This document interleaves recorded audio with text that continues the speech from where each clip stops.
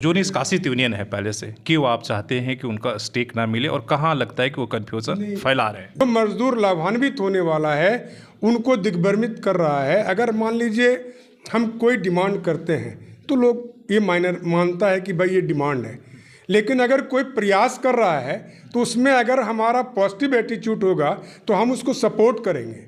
ये नहीं कि उसको रोकेंगे और रोक के बोलेंगे कि नहीं ये मामला जो है अगर वैसा नहीं होता है, हमको शामिल नहीं करता है तो ये मामला जो है आईडी एक्ट के तहत जो है ये ट्रिब्यूनल में जाएगा या लेबर कोर्ट जाएगा। तो ये मानसिकता को रोकना है, क्योंकि ये मजदूर हित में नहीं है।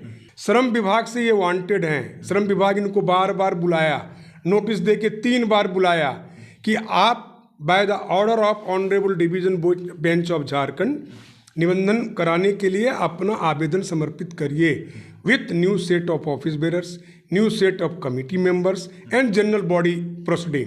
लेकिन ये वहाँ नहीं गए, ये सुप्रीम कोर्ट चले गए। और जो रजिस्ट्रार आपको खोज रहा है और उसी रजिस्ट्रार के पास आप एप्लीकेशन लेके जा रहे हैं कि सर आईडी एक्ट का हम पार्ट है, हमको बार्गेनिंग एजेंट के रूप में इसमें कंसिडर किया जाए। On the what basis?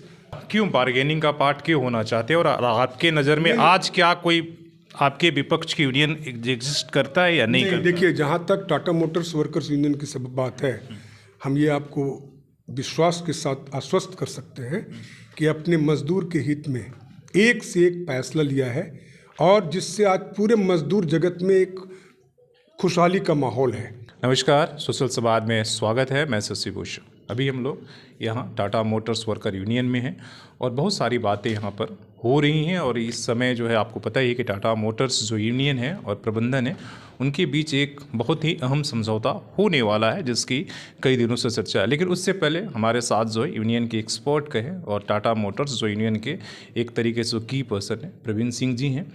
और यहाँ पर वो कई मुद्दों पर उन्होंने अभी प्रेस कॉन्फ्रेंस जो किया, बात रखी है, उन पर हम सवाल पूछेंगे कि आखिर कन्फ्यूज़न कहाँ है। इसलिए कि एक तरफ आपको पता ही है कि जो इनकी अपोजिशन है, जो अभी निष्कासित है यूनियन टेल्को और वर्कर यूनियंस है, तो वो अपनी एक तरीके का स्टेक बार बार कि जो समझौता होने वाला है खासकर बाइसिक्स के मुद्दे पर, उन्हें स्टेक चाहिए। और तो किस आधार पर और क्या मुद्दे हैं उस पर हम बात करेंगे। जो निष्कासित यूनियन है पहले से, क्यों आप चाहते हैं कि उनका स्टेक ना मिले और कहाँ लगता है कि वो कन्फ्यूजन फैला रहे हैं? देखिए, जो सबसे बड़ी बात है कि हम लोग जमशेदपुर शहर जो है ये औद्योगिक नगरी है और मज़दूरों का शहर है ये, और यहाँ पर ट्रेड यूनियन एक्टिविटीज़ मायने रखता है और जो सीधा मजदूर के हित से जुड़ा होता है। तो समय समय पर मजदूर हित में जो मैच्योर ट्रेड यूनियनिस्ट हैं वो अच्छे समझौता लेकर आए हैं और मज़दूरों के बीच में एक बहुत खुशहाली का समय लाया है।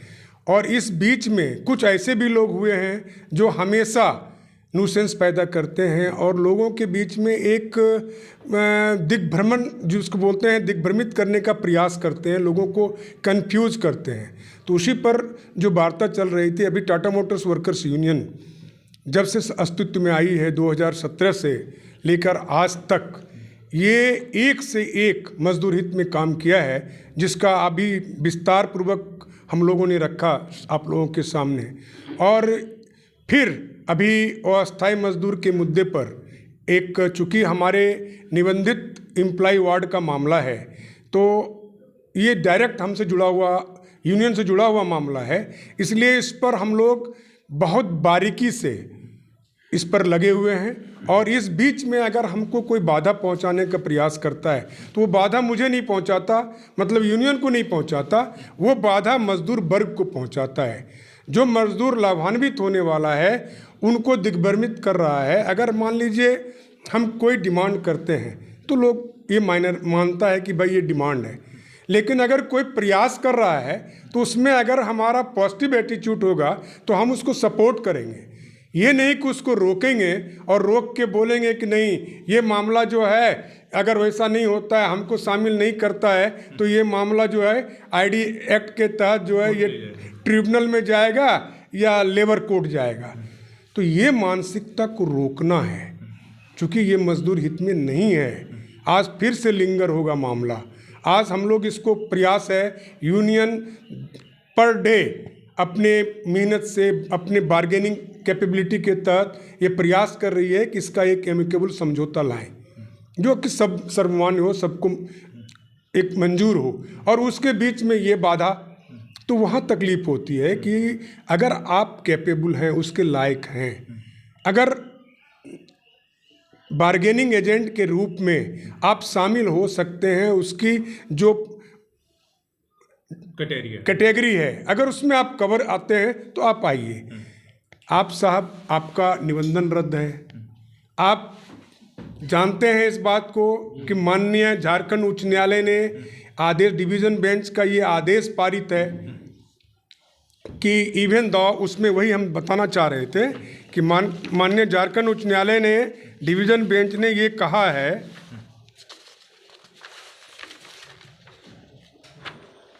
देखिए, however, after considering and submission of Lord Senior Counsel appearing for the appellant that even though representation has been filed on इतना 23/7/18 as yet no decision has been taken, this court is of the view that the direction is required to be passed upon the respondent number 2, that is Labour Commissioner cum Registrar Trade Union Jharkhand Ranchi, to take final decision within a period of 2 months।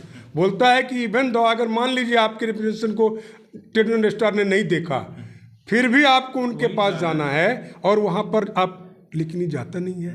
श्रम विभाग से ये wanted हैं। देखिए, सबसे बड़ा हास्यास्पद स्थिति क्या है, श्रम विभाग से ये वांटेड हैं। श्रम विभाग इनको बार बार बुलाया, नोटिस दे के 3 बार बुलाया कि आप bye the order of honourable division bench of Jharkhand निबंधन कराने के लिए अपना आवेदन समर्पित करिए with new set of office bearers, new set of committee members and general body proceeding.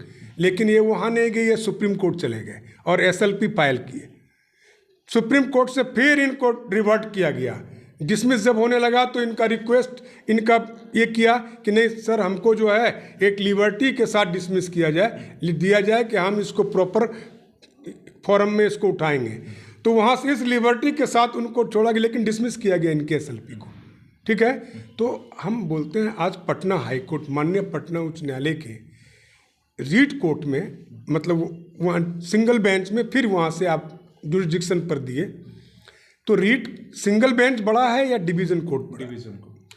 Supreme court बड़ा है या डिवीज़न कोर्ट बड़ा है? By the order of honourable supreme court, this case has been listed in honourable Jharkhand high court during vacation period and continuous 2 दिन का argument हुआ। And उसके बाद observation of honourable high court is division bench is that union has lost its existence in eye of law. And after that, ये सब के बावजूद भी ट्रेड यूनियन रजिस्ट्रार इनको 3 बार नोटिस दे के बुलाया, नहीं गए। तब उनको फिर बताया, देखिए भाई, ये यहाँ पर हमको आया है, लीगल डिपार्टमेंट से हम लोग को मंतव्य आया है कि आप जो है अपना अप्लाई कीजिए। ट्रेड यूनियन एक्ट में क्लियर दिया हुआ है, आप किसी को तो मानिएगा, या तो ट्रेड यूनियन एक्ट को मानिएगा, या तो ट्रेड रजिस्ट्रार को मानिएगा, या तो ऑनरेबल डिवीज़न बेंच को मानिएगा, या तो ऑनरेबल सुप्रीम कोर्ट को मानिएगा। किसी को नहीं मानिएगा, खाली झूठ बोलिएगा, केवल मजदूर के बीच में मैसेज गलत दीजिएगा। और जो रजिस्ट्रार आपको खोज रहा है और उसी रजिस्ट्रार के पास आप एप्लीकेशन लेके जा रहे हैं कि सर आईडी एक्ट का हम पार्ट है, हमको बार्गेनिंग एजेंट के रूप में इसमें कंसीडर किया जाए, on the what basis registrar will consider? अच्छा, ये क्यों बार्गेनिंग का पार्ट क्यों होना चाहते हैं? और आपके नज़र में आज क्या कोई आपके विपक्ष की यूनियन एग्जिस्ट करता है या नहीं करता? देखिए, जहाँ तक टाटा मोटर्स वर्कर्स यूनियन की सब बात है, हम ये आपको विश्वास के साथ आश्वस्त कर सकते हैं कि अपने मजदूर के हित में एक से एक फैसला लिया है, और जिससे आज पूरे मजदूर जगत में एक खुशहाली का माहौल है। और फिर इस बार भी टाटा मोटर्स वर्कर्स यूनियन अस्थायी मजदूर के लिए उसी तरह से कटिबद्ध है कि एक एमिकेबल सॉल्यूशन आएगा और मजदूरों के बीच में खुशहाली दौड़ेगी। उसमें डे बाय डे प्रयास चल रहा है। तो ये जो विरोधी मेरा कोई नहीं है, कोई नहीं आज के डेट में। आज के डेट में नहीं नहीं वो दिखा दे। आज के डेट में मेरा कोई विरोधी नहीं है, लेकिन जो विरोध कर रहा है कौन? जो नहीं जो न्यूसेंस अगर कोई पैदा करता है, कंफ्यूज क्या मानते हैं कि अराजक? नहीं कंफ्यूज करता है, they have lake of knowledge, उनके पास अनुभव की कमी है। बात समझे ना, वो ऐसा कोई बात नहीं है। अब ये देखिए, ये लेबर कोड जैसे लेबर, ये ट्रेड यूनियन रजिस्ट्रार का ऑर्डर है, निबंधक श्रमिक संघ ट्रेड यूनियन रजिस्ट्रार। यहाँ क्या लिखा है देखिए, विधि विभाग ने इस बात का उल्लेख किया है कि श्रमिक संघ अधिनियम 1926 की धारा 11 में निबंधन रद्द किए जाने की स्थिति में अपील प्रावधानित है। अस्तु विधि विभाग के परामर्श के आलोक में दिनांक तथा 13/2/18 तथा 12/10/18 को प्रभावित श्रमिक संघों के निबंधन हेतु दैनिक समाज आम सूचना प्रकाशित, परंतु टेल्को वर्कर्स यूनियन के द्वारा निबंधन हेतु कोई आवेदन नहीं दिया गया। ये तो आप जरा देखिए कि कितना बड़ा ये मजाक है कि जो आपको बुला रहा है वहाँ नहीं जा रहे हैं, और डिवीज़न बेंच का ऑर्डर के खिलाफ में सुप्रीम कोर्ट, माननीय सुप्रीम कोर्ट जा रहे हैं। जब वहाँ आपको डिसमिस करता है फिर यहाँ आ रहे हैं, और जिस अथॉरिटी ने आपको डिमांड बार बार नोटिस दे के बुलाया आप नहीं गए, और उस अथॉरिटी के पास आप जा रहे हैं जिसको कि डिवीज़न बेंच ने by order of honourable supreme court बोल दिया है कि union has lost its existence in eye of law. वो व्यक्ति जा रहा है कि नहीं सर मेरा वैलिड यूनियन, हमको इसमें कंसिडर किया जाए और वार्ता में शामिल किया जाए। तो अगर उनके अंदर क्षमता होती, बार्गेनिंग कौन करता है? बार्गेनिंग नहीं, बार्गेनिंग कौन करता है? बार्गेनिंग जिसके पास क्षमता हो, जो कैपेबल हो, जो कि ट्रेड यूनियन एक्ट के तहत आता, वो जो प्रावधान है उसके तहत आता हो, जो आईडी एक्ट के अंदर जो नीडेड है, जो वहाँ पर जो रिक्वायर्ड है उसके तहत आता हो। लेकिन वो तो है नहीं यहाँ पर, आप तो देख रहे हैं साक्ष्य है। लेकिन आप एक कुछ महीने पहले ये बात आई, डीसी के यहाँ एप्लीकेशन दिया है, कहा कि भाई आपकी जो चुनाव आपने कराया यूनियन का वो तो पूरी तरीके से गलत है, कोर्ट ने आदेश दे दिया कि फिर से चुनाव होगा। उस पर भी एक कन्फ्यूजन की स्थिति है। और ये बहुत अच्छा क्वेश्चन आपने किया है कि कोर्ट ने स्पष्ट कहा है, कोर्ट ने स्पष्ट कहा है कि देखिए उसमें कोर्ट ने स्पष्ट कहा है कि उसमें क्या उसको मिस इंटरप्रेट किया जा रहा है। उसमें डिवीज़न बेंच का ऑर्डर है, डिवीज़न बेंच का ऑर्डर है कि फाइंडिंग्स जो है कोर्ट का, कि रीट कोर्ट का एक ऑर्डर था इलेक्शन कराने के लिए, उस रीट कोर्ट के ऑर्डर को honourable division bench chief justice Patel साहब और रत्नाकर भेंगरा जी की अदालत से उसमें ऑर्डर आया था और पूर्ण रूप से इनको बैंड कर दिया था। उसके अगेंस्ट में फिर डिवीज़न बेंच में मामला चलिए लोग सुप्रीम कोर्ट गए, सुप्रीम कोर्ट फिर यहाँ डायरेक्टिव किया, तो सुप्रीम कोर्ट का फाइंडिंग जो अभी बताए हम आपको, union has lost its existence, उसी में था कि आप जो है nobody will be in charge of the office, union has lost its existence, ये सब फाइंडिंग्स मतलब आया है डिवीज़न बेंच का। उसके बाद भी ये बोलते हैं कि नहीं, तो उसमें कोर्ट से खाली एक ही बात बोला था कि वो जो रीट कोर्ट का जो फैसला था वो जो है वो उसमें एरर नहीं था, लेकिन उसमें कोर्ट ने कहा कि एडमिटेड फैक्ट्स इज दैट, वो डिवीज़न बेंच ने, माननीय डिवीज़न बेंच ने कहा एडमिटेड फैक्ट्स इज दैट, उसमें कि election has been held and newly office bearer elected office bearers has assumed office. तो ये कोर्ट की मान्यता है कि उसमें इलेक्शन हो गया और इनको बोला गया कि हम इसमें इंटरफेयर नहीं करेंगे इलेक्शन मैटर में। बात समझे ना, ये बोलते हैं कि भाई मेरा चुनाव का ऑर्डर हो गया।